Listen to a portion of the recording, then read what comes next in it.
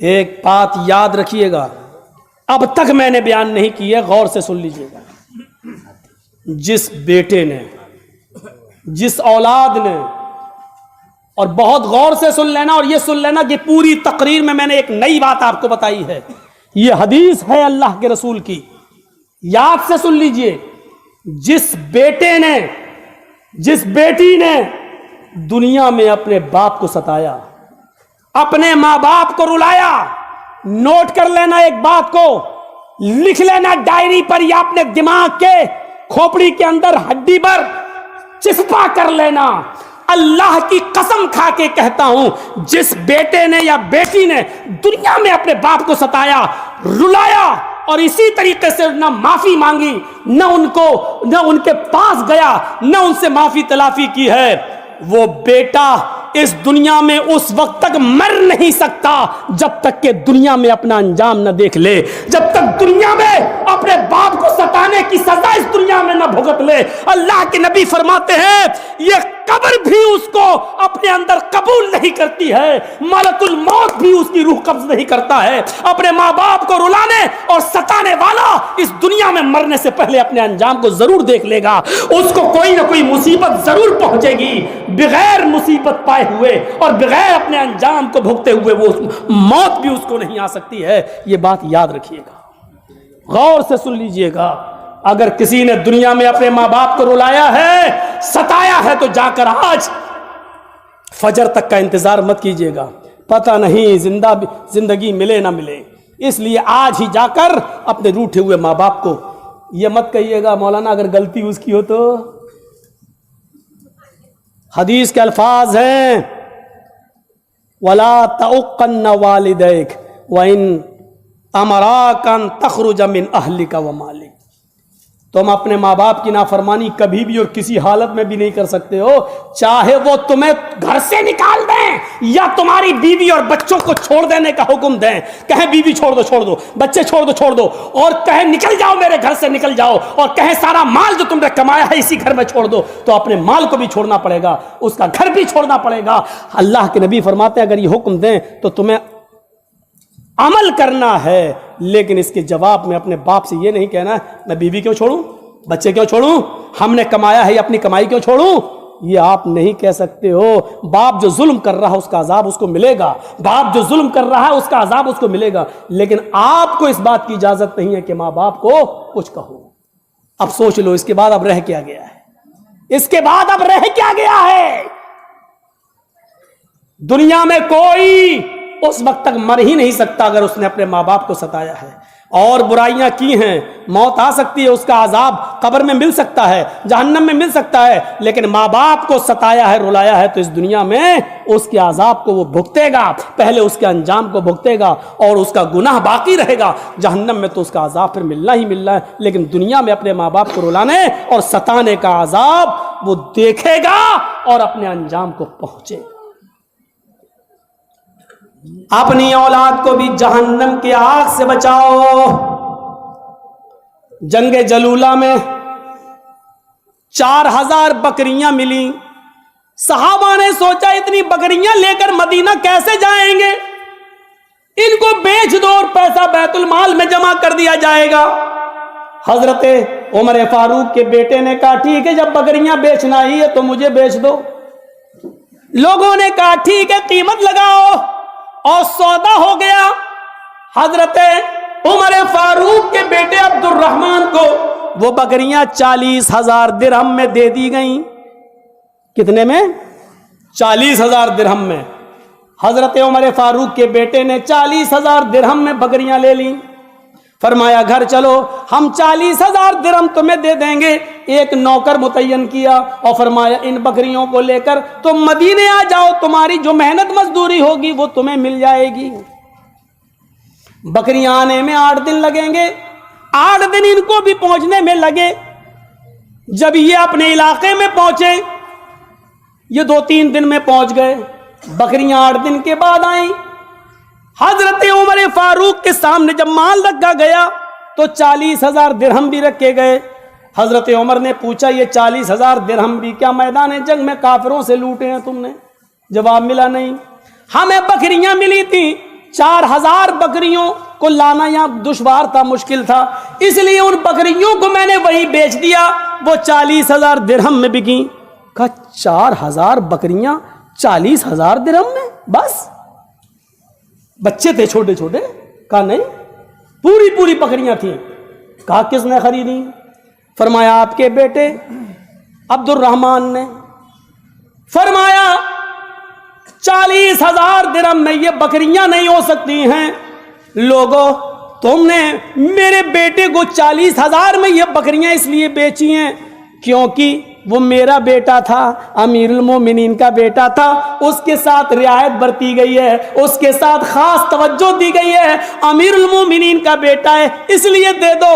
نہیں ان بکریوں کو آنے دو، ہم اس کی دوبارہ نیلامی لگائیں گے، ہم اس کی دوبارہ بولی لگائیں گے۔ بکریاں آئیں، حضرت عمر فاروق نے ان بکریوں کو اپنے قبضے میں لے لیا اور بازار جب لگا تو ان بکریوں کو وہاں پہنچا دیا، پھر اس کی بولی لگائی گئی کہ دو ان بکریوں کو خریدو۔ ان بکریوں کو جب بولی لگائی گئی تو آپ یقین مانیے وہ بکریاں 3 لاکھ درہم کے اندر بکتی ہیں، 3 لاکھ درہم کے اندر وہ بکریاں بکتی ہیں۔ حضرت عمر فاروق نے 3 لاکھ درہم میں وہ بکریاں بیچ دیں اور 40,000 درہم جو ان کے بیٹے نے دیے تھے وہ 40,000 درہم ان کو دے دیے، یہ پکڑو اپنے پیسے۔ یہ 2,60,000 کا نقصان ہو رہا تھا، ان مسلمانوں کا ہو رہا تھا، مسلمانوں کے بیت المال کا ہو رہا تھا، یہ 2,60,000 روپے بیت المال میں جمع کیے جائیں گے۔ یہ درہم بیت المال میں جمع کر دیا اور فرمایا بیٹے میں نے یہ بکریاں تم سے لے کر بیچ کر باقی پیسہ بیت المال میں جمع کر دیا، اس لیے کہ قرآن کہتا ہے قُوْ أَنفُسَكُمْ وَأَهْلِيكُمْ نَارًا، اپنے آپ کو بھی جہنم کے آگ سے بچاؤ، اپنے بیوی بچوں کو بھی جہنم کے عذاب سے بچاؤ۔ لہذا میں نہیں چاہتا کہ قیامت کے دن یہ کہا جائے اور مجھے قیامت کے دن پیش ہونا پڑے اور کہا جائے کہ تیرے بیٹے کے ساتھ رعایت برتی گئی ہے، لہذا ان بکریوں کو میں نے بیچ دیا ہے، تمہارے پیسے درہم تمہیں مل چکے ہیں۔ ہم کریں گے ایسا؟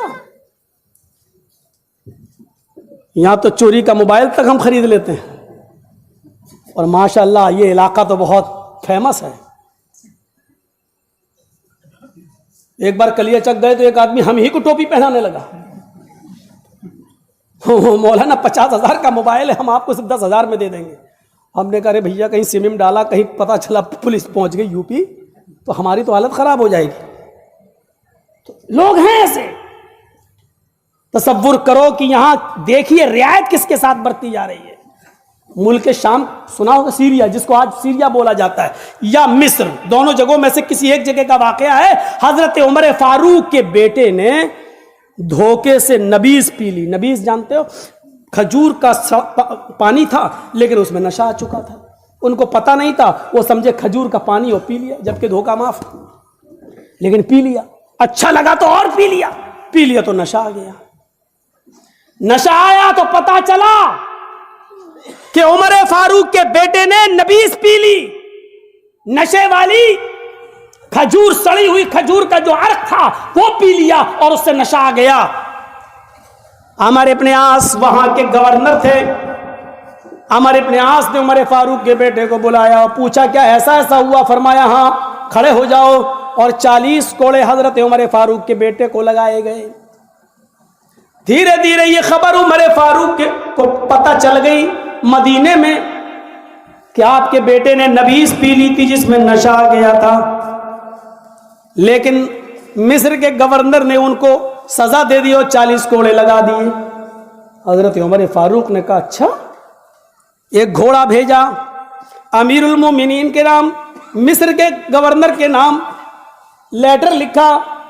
یہ خط ملتے ہی اس نئے گھوڑے پر میرے بیٹے کو شام سے یا مصر سے فوراً گھوڑے پر سوار کر کے اس کو مدینے بھیجو اور کہو کہ تمہارے باپ نے ارجنٹ تمہیں بلایا ہے۔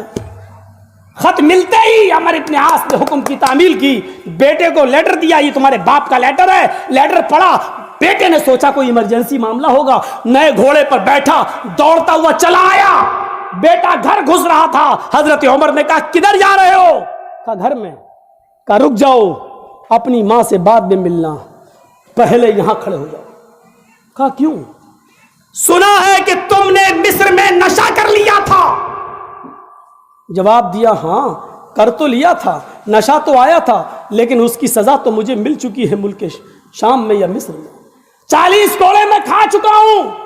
حضرت عمر فاروق نے کہا بیٹے پھر سے کھڑے ہو جاؤ، مجھے عمر ابن عاص کے اوپر بھروسہ نہیں ہے، شاید 40 کوڑے تمہارے جسم کے اوپر اتنی زور سے نہیں لگائے گئے ہوں گے جتنی زور سے لگنا چاہیے، شاید رعایت برتی گئی ہو کیونکہ تم امیر المومنین کے بیٹے ہو، اس لیے ہلکے ہلکے کوڑے مار دیے گئے ہوں۔ جلاد نے تمہارے ساتھ رعایت برتی ہوگی کہ ہلکے ہلکے کوڑے مارو، یہ عمر فاروق کا بیٹا ہے، میں اپنے سامنے کوڑے لگواؤں گا، ان کوڑوں کو میں کالعدم قرار دیتا ہوں، ان کوڑوں کی میری نظر میں کوئی حیثیت نہیں ہے۔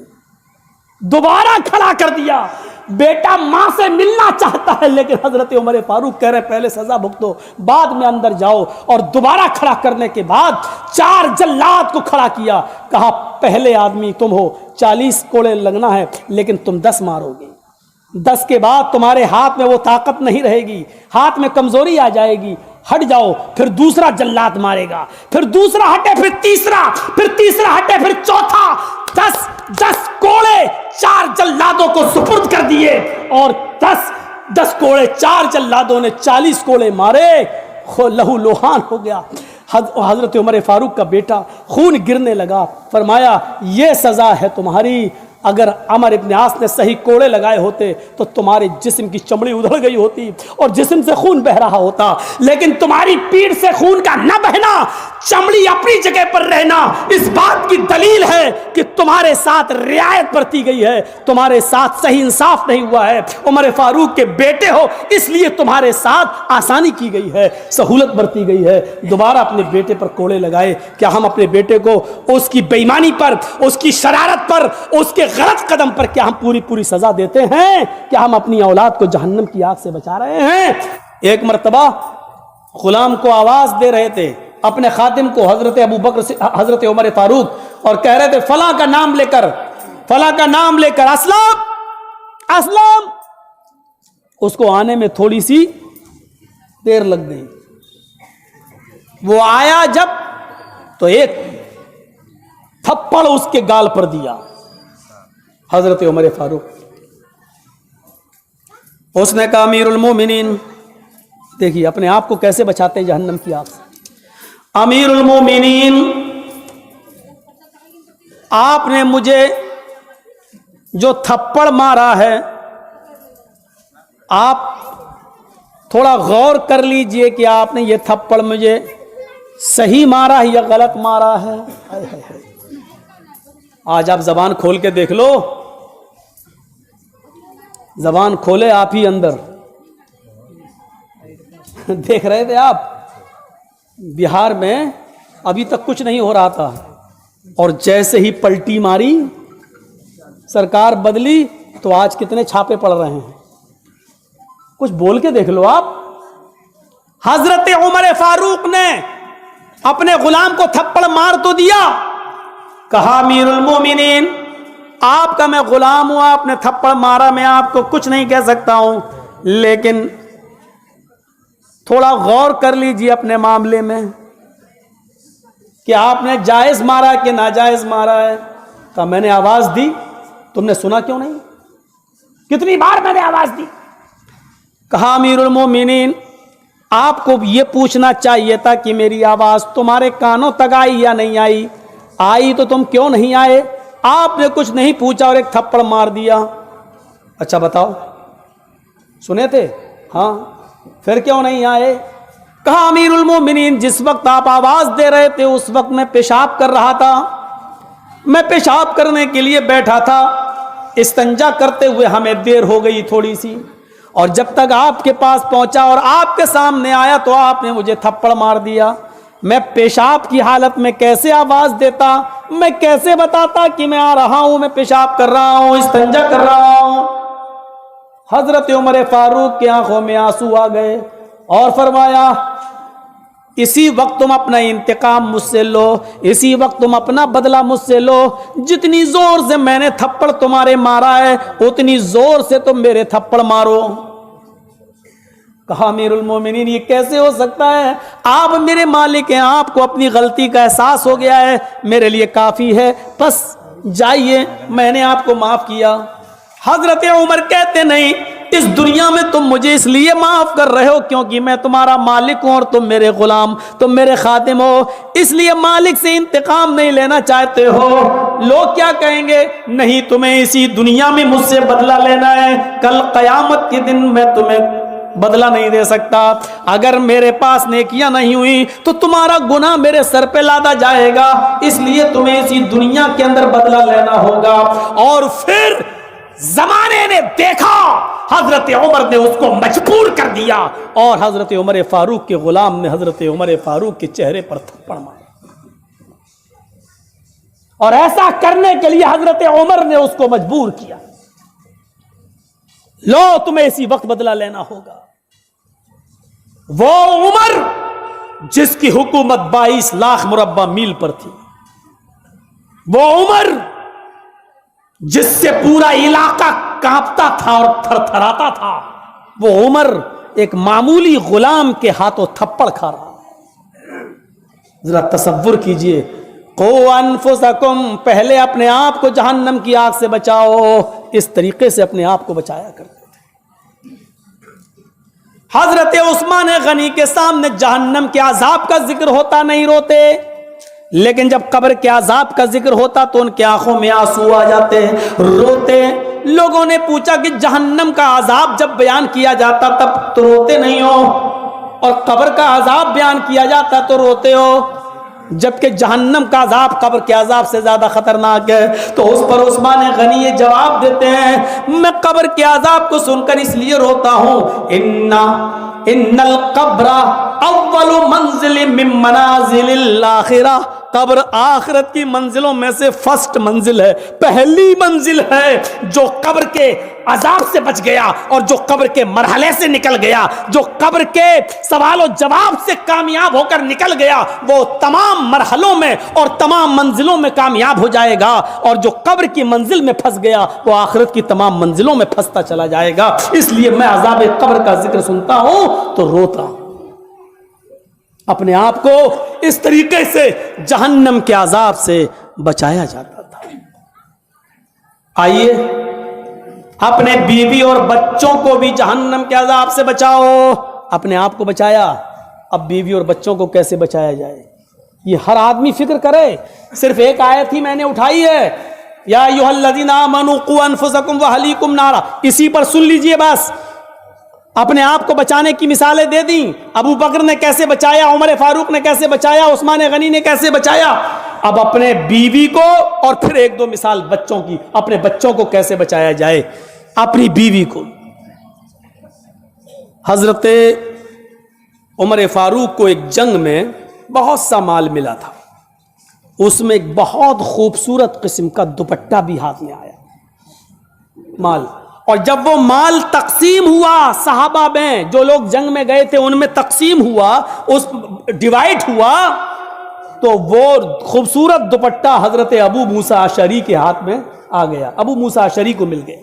تقسیم ہوا تو یہ ہوتا کہ ہمیں یہ دے دو، ہمیں یہ دے دو، ہمیں یہ ضرورت، تو جو جس پر سب راضی ہو جاتے تھے وہ دے دیا جاتا تھا۔ ابو موسیٰ اشعری کو خوبصورت دوپٹہ مل گیا۔ حضرت ابو موسیٰ اشعری نے وہ دوپٹہ یہ سوچا کہ میرے گھر میں تو بیوی نہیں ہے، اور میری ایک بیٹی تھی اس کی بھی شادی ہو چکی، یہ بہت دور چلی گئی ہے، اب یہ دوپٹہ میں اس کے پاس کہاں سے پہنچاؤں، اور میری بیوی ہے نہیں، تو میرے تو یہ دوپٹہ کسی کام کے نہیں ہے، تو کیوں نہ اس خوبصورت دوپٹے کو، کیوں نہ میں اس خوبصورت اوڑھنی کو، کیوں نہ میں اس خوبصورت دوپٹے کو، اس اوڑھنی کو میں حضرت عمر فاروق کی بیوی کو دے دوں۔ حضرت عمر فاروق کی بیوی کو وہ دے آئے، دروازے کو دستک دی، بیوی نے دروازہ کھولا، امیر المومنین تو ہے نہیں، فرمایا کوئی بات نہیں، مجھے ان سے کام بھی نہیں ہے، یہ خوبصورت دوپٹہ مجھے ملا تھا، اب میری بیوی تو ہے نہیں، بیٹی بہت دور بیاہ دی گئی ہے، اس کی شادی کر دی گئی ہے، وہاں تک تو پہنچنا ممکن نہیں ہے، لہٰذا یہ دوپٹہ میں تمہیں دے رہا ہوں گفٹ کے طور پر۔ حضرت عمر فاروق کی بیوی نے وہ گفٹ اس لیے لے لیا کہ اللہ کے نبی نے فرمایا تحفہ دیا کرو، تحفہ لیا کرو۔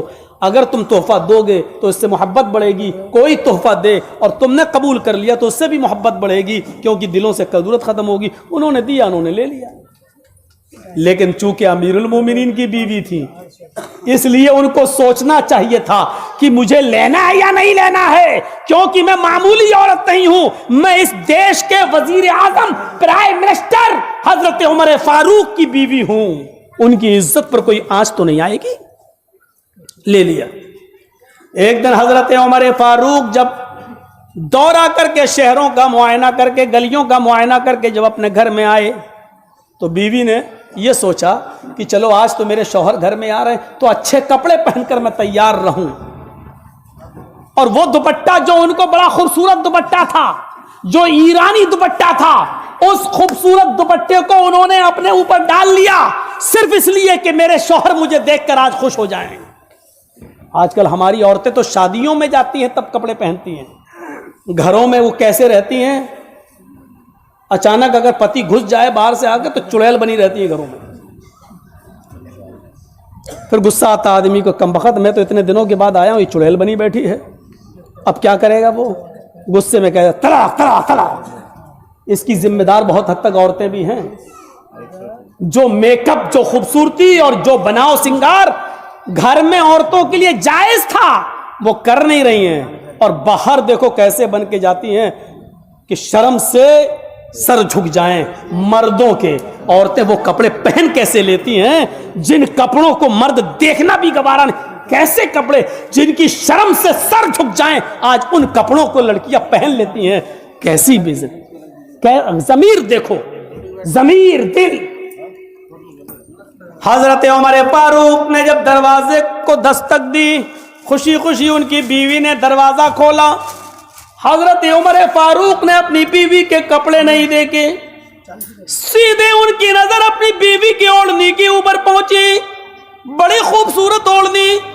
فرمایا اے میری پیاری بیوی، یہ اوڑھنی، یہ دوپٹہ جو تم اوڑھے ہوئے ہو، اس دوپٹے کو خریدنے کی میری حیثیت نہیں تھی، میری طاقت نہیں ہے، مجھے اتنی تنخواہ، اتنی سیلری بھی نہیں ملتی ہے کہ میں مارکیٹ سے، میں بازار سے جاؤں اور اتنا مہنگا دوپٹہ خرید کر تمہیں دوں۔ یہ دوپٹہ تمہارے پاس کہاں سے آیا ہے؟ تمہارے بھائی نے دیا؟ کہا نہیں۔ تمہاری بہن نے دیا؟ نہیں۔ تمہارے ماں باپ آئے تھے؟ نہیں۔ پھر یہ دوپٹہ تمہارے پاس کہاں سے آیا؟ یہ اوڑھنی تمہارے پاس کہاں سے آئی؟ جواب دیا، صحیح بول دیا کہ یہ دوپٹہ، یہ اوڑھنی مجھے حضرت ابو موسیٰ اشعری رضی اللہ تعالیٰ عنہ دے کر گئے ہیں۔ ابو موسیٰ اشعری کون تھے یہ بھی سن لیجئے۔ ابو موسیٰ اشعری بیت المال کے کیشیئر تھے۔ بیت المال تو سمجھتے ہیں نا آپ، سرکاری جو فنڈ ہوتا ہے جس کو ہندی میں راج کوش کہتے ہیں، اب آپ کے ہاں کیا کہتے ہیں وہ ہم کو نہیں معلوم، خزانچی کو ٹریزری، خزانچی جس کو بولا جاتا ہے بیت المال کا جو خزانے کا مالک ہو، کیشیئر۔ تو بیت المال کے کیشیئر تھے کون؟ ابو موسیٰ اشعری۔ حضرت عمر فاروق نے جب سنا کہ اچھا یہ دوپٹہ تمہیں ابو موسیٰ اشعری نے بیت المال کے کیشیئر نے دیا ہے، کہاں؟ اپنی بیوی کے سر سے وہ دوپٹہ اتارا اور اس کو لپیٹ دیا، ایسے پکڑ کے ایسے گولا بنا دیا اس کا، اور وہ گولا بنانے کے بعد اپنی بیوی کے سر پہ مار دیا، کس کے مارا، چاہے جتنا بھی ہلکا ہو لیکن جب اس کو اکٹھا کر کے گولا بنا کر مارا جائے گا تو تھوڑا سا تو لگے گا سر پر۔ عورت کا سر بھی کمزور ہوتا ہے باڈی کی طرح، جسم کی طرح، اس کے سر پہ جب قریب سے مارا تو حضرت عمر فاروق کی بیوی بولتی ہیں کہ عمر فاروق کے ہاتھ سے گولا بنا ہوا وہ دوپٹہ جب میرے سر پہ لگا تو میرے سر میں درد شروع ہو گیا، پین شروع ہو گیا۔ کہا کہ ابو موسیٰ اشعری کو بلایا جائے۔ ابو موسیٰ اشعری کو بلا لیا گیا اور طلب کر لیا گیا اور فرمایا، اے ابو موسیٰ کیا یہ اوڑھنی، کیا یہ دوپٹہ تم نے میری بیوی کو دیا ہے؟ ہاں، کہا تم کون ہو؟ کہا بیت المال کا کیشیئر۔ کہا تم نے یہ دوپٹہ میری بیوی کو اس لیے دیا ہے تاکہ امیر المومنین خوش ہو جائے اپنے بیت المال کے کیشیئر سے، اور اگر بھوشیہ میں فیوچر میں وہ تھوڑی بہت غلطیاں کرے تو اس کو بخش دیا جائے، اس کو چھوڑ دیا جائے، اس کے اوپر رحم کر دیا جائے۔ یا اس سے بھی بڑا کوئی عہدہ چاہتے ہو، قریب ہونا چاہتے ہو میرے؟ آئے ابو موسیٰ اشعری، کیا جہنم میں ڈھکیلنے کے لیے، جہنم میں داخل کرنے کے لیے تمہاری نظر کسی اور پر نہیں پڑی تھی، میری بیوی کے اوپر پڑی، میری بیوی کے اوپر ہی تمہاری نظر پڑی۔ اس اوڑھنی کو اٹھاؤ اور رفع ہو جاؤ، اس روڑنی کو اٹھاؤ اور دفع ہو جاؤ۔ اور یاد رکھنا، کعبے کے رب کی قسم، اس اللہ کی عزت و جلال کی قسم کھا کر کہتا ہوں، اگر تم سے کوئی غلطی سرزد ہوئی تو میں تمہیں ڈبل سزا دوں گا۔ یہ مت سوچنا کہ میں تمہیں چھوڑ دوں گا، میں تمہیں ڈبل سزا دوں گا، ڈبل۔ اپنی بیوی کو بھی اوڑھنی نہیں اوڑھنے دی، اس طریقے سے جہنم کے عذاب سے اور جہنم میں جانے سے اپنی بیوی کو بھی روک۔ ہم غور کریں، ذمہ دار ہے اپنی بیوی کے، آپ روکتے ہیں؟ آپ کی بیوی لگائی لپسٹک، چپڑا make up, Fair and Lovely اور پاؤنڈز کریم گوبر کی طرح، اور نکل گئی کلیا چکے مارکیٹ میں، بگ بازار گھوم رہی ہیں، سامان خریدنے جا رہے۔ آپ نے اپنے سامنے میک اپ کرنے کے بعد اپنی بیوی کو اپنے گھر سے باہر نکلنے دیا، اپنی جوان بیٹی کو گھر سے باہر نکلنے دیا، آپ نے روکا۔ جہنم میں جانے سے آپ اپنی بیوی اور بچوں کو روک رہے ہیں، جبکہ حدیث کے الفاظ ہیں، جب کوئی عورت گھر سے اکیلے نکلتی ہے تو اس کے ساتھ شیطان بھی ساتھ ہوتا ہے۔